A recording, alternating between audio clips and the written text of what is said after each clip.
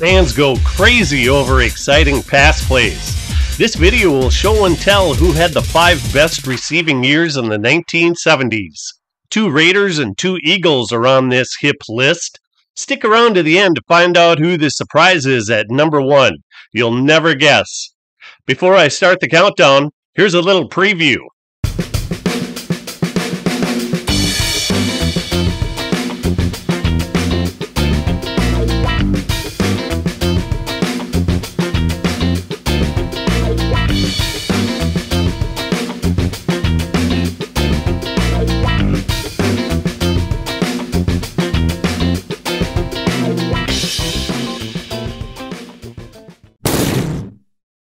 I analyzed each year from the 1970s in the following categories: receiving yards, receiving touchdowns, and receptions. A player received 3 points for leading the NFL in any of the categories in any given year.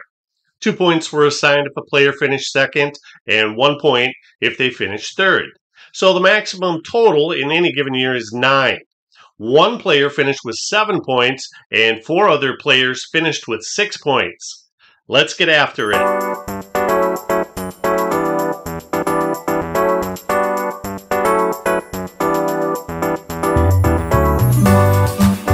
Number 5 on this list is speedster Harold Jackson of the 1972 Eagles.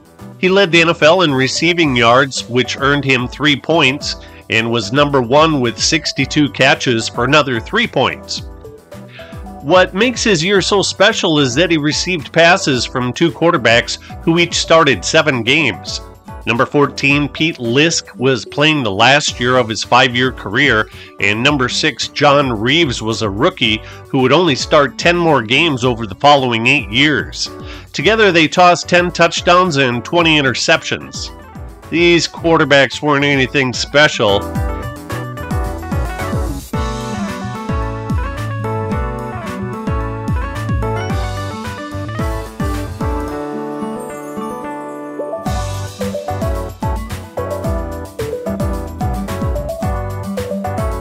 And Browns quarterback Bill Nelson knew it too.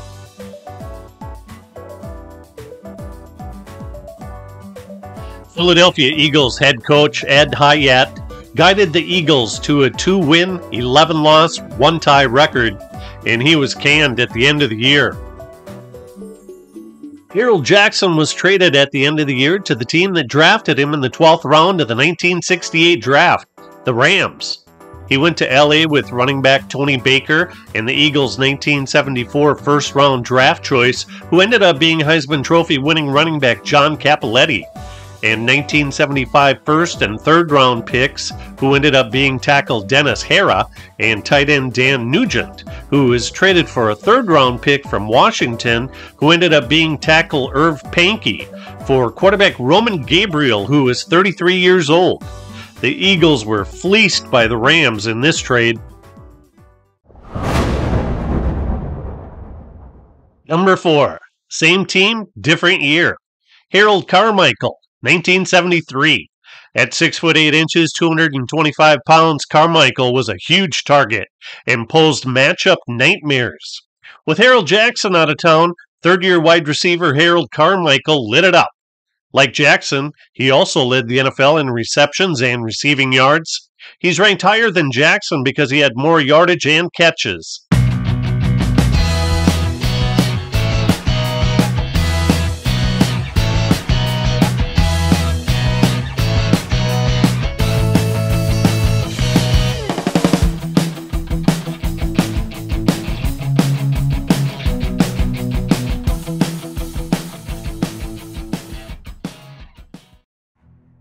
Washington Redskins cornerback Pat Fisher lined up against Carmichael 2 times per year for 5 years, and it was the classic case of David versus Goliath. Carmichael's 6'8", 225-pound frame versus little Pat Fisher's 5'9", 170 pounds. Fisher was known as being a tough guy despite his small size, but he came up short, pun intended, numerous times.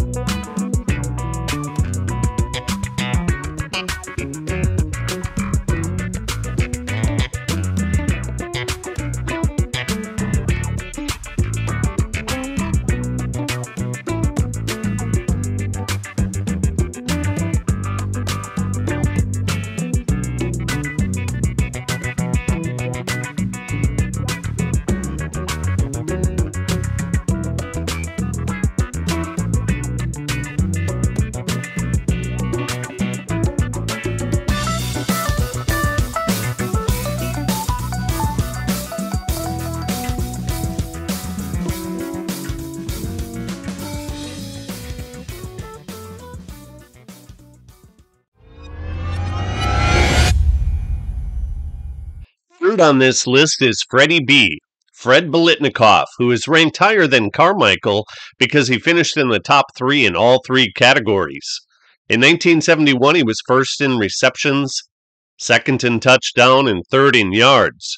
Oh, and first in stick'em usage, too. Although he didn't need stick'em in college, where he was so good that they present the Fred Biletnikoff Award to college football's most outstanding receiver. He didn't use stick'em early in his NFL career either, and is the only receiver on this list who wasn't big or who had big wheels. He got open with his superior moves and heady play. While he used stick'em later, it is my opinion that he would have caught nearly all of the passes that he did without it.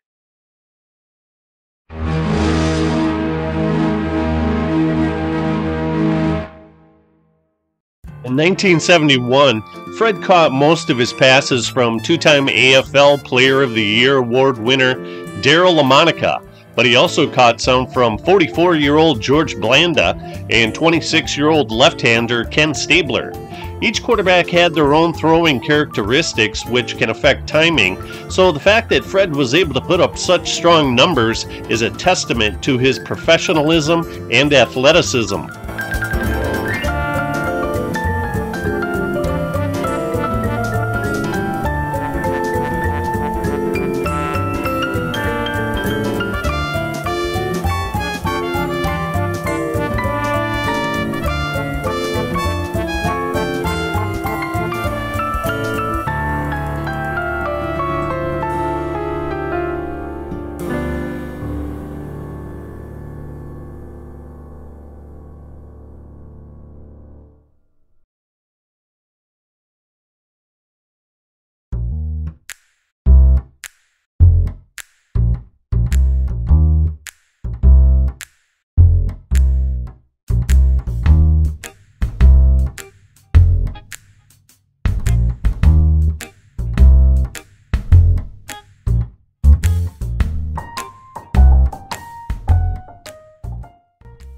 Fred won the 1964 Gator Bowl Offensive MVP award on the basis of his incredible 192 receiving yards and 4 touchdowns in Florida State's 36-19 win against the Oklahoma Sooners. Raiders head coach and GM Al Davis cornered Biletnikoff after the game and signed him to a Raiders contract, per FSU's official athletics website. Raider head coach John Madden would instruct his offensive coordinator to make sure that plays were called for Freddie when it was crunch time.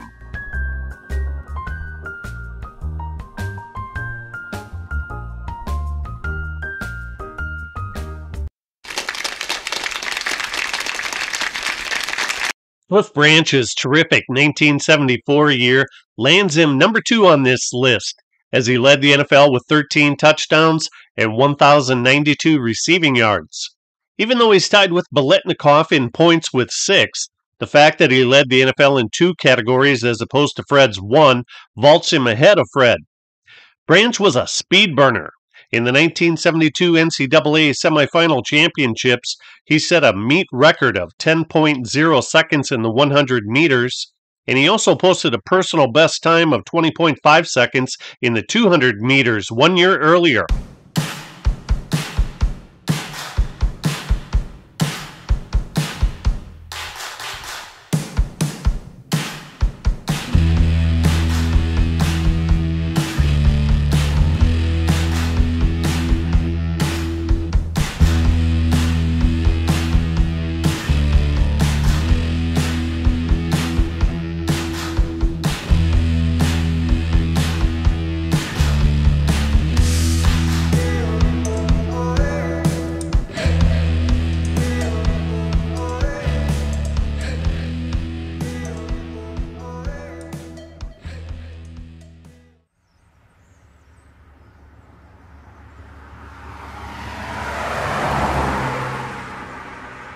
Here's the Raiders players' parking lot, and here's Otis Sistrunk with his buddy Art Toms.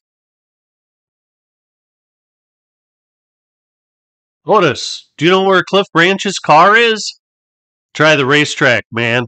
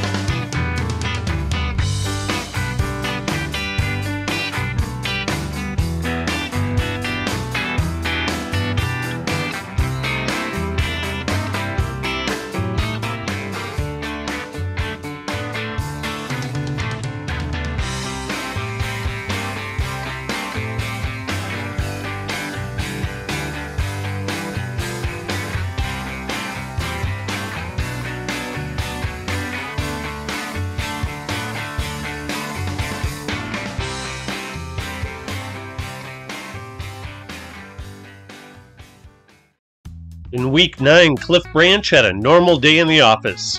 5 catches, 102 yards, 2 touchdowns.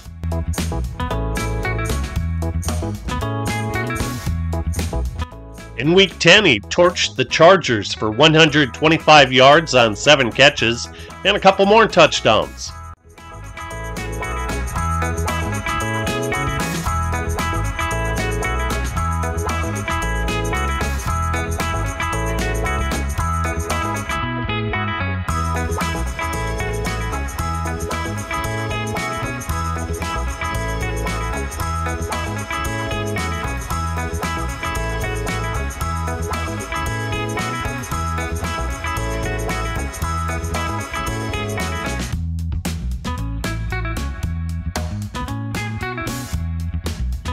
In Week 12, it was more of the same. 6 catches, 138 yards, and 2 touchdowns. In the last game of the regular season, George Blanda came into the game to relieve Larry Lawrence. Really, that was his name. And throw a touchdown. His first since 1972, and the last one of his 26-year professional career.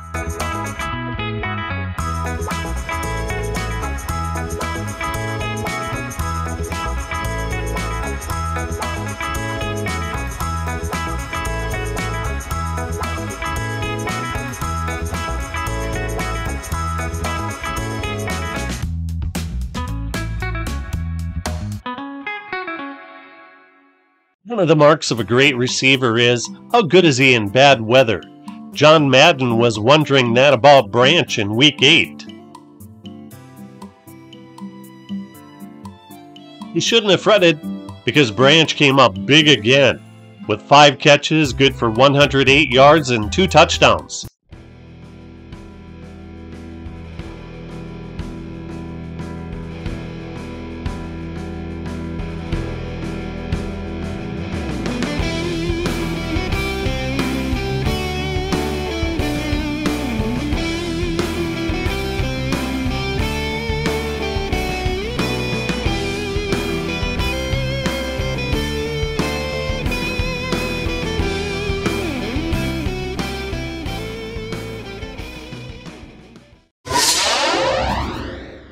Number 1 receiving year in the 1970s is Dick Gordon's 1970 season. He led the NFL with 71 catches and 13 touchdowns, and he finished third with 1,026 yards for a total of 7 points. After 5 years with the Bears putting up pedestrian numbers, he broke out in 1970.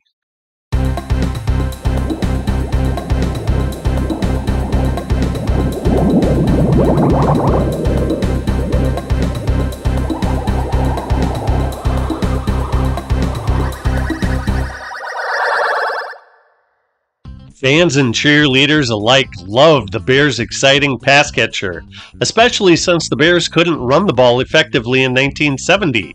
Their leading rusher was Ross Montgomery with only 229 yards.